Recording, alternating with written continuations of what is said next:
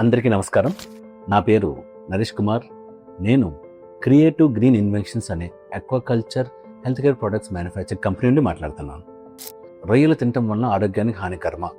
ఈరోజు భారతదేశంలో డాక్టర్లు, న్యూట్రిషనిస్టులు, జిమ్ ట్రైనర్స్ చెప్తున్నట్లు రొయ్యలు తింటే కొలెస్ట్రాల్ పెరుగుతుందా? అయితే వేరే ఏమైనా చెడు పరిణామాలు ఉన్నాయా?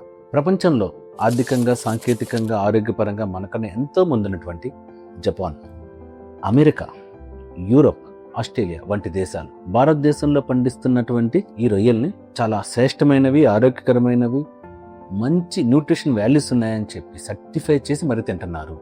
కానీ మనం మాత్రం అపోహలతో వాటిని తింటాం మానేశాం. ఇది కరెక్ట్గా నా ఉద్దేశం.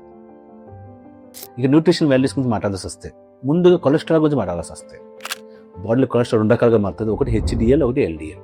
హెచ్డిఎల్ కొలెస్ట్రాల్ ఆరోగ్యానికి చాలా అవసరం, ఆరోగ్యకరమైన గుండె ఉండటానికి చాలా అవసరం.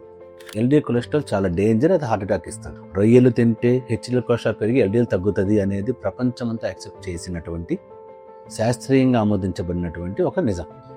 ఇక రెండవది ప్రోటీన్స్ గురించి మాట్లాడితే హైయెస్ట్ లీన్ ప్రోటీన్, తొందరగా అరిగిపోయే డైజెస్టబుల్ ప్రోటీన్ ఉన్న నాన్ వెజ్ ఐటమ్ ఏదైనా ఉందంటే అది రొయ్య మాత్రం. ఇక మూడవది ఒమేగా 3 ఫ్యాటీ యాసిడ్స్. చాలామంది చాలాసార్లు ఒమేగా 3 ఫ్యాటీ యాసిడ్స్ మాట్లాడుతున్నారు, బ్రెయిన్ షార్ప్నెస్ గురించి, పిల్లల గురించి. ఈ ఒమేగా 3 ఫ్యాటీ యాసిడ్ విరివిగా దొరికే సూపర్ ఫుడ్ రొయ్య.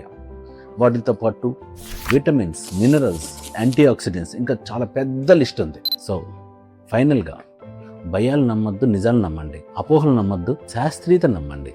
రొయ్యలను బాగా తిని మంచి ఆరోగ్యవంతంగా ఉండాలని కోరుకుంటూ మీ Naresh, creative green inventions. Thank you very much.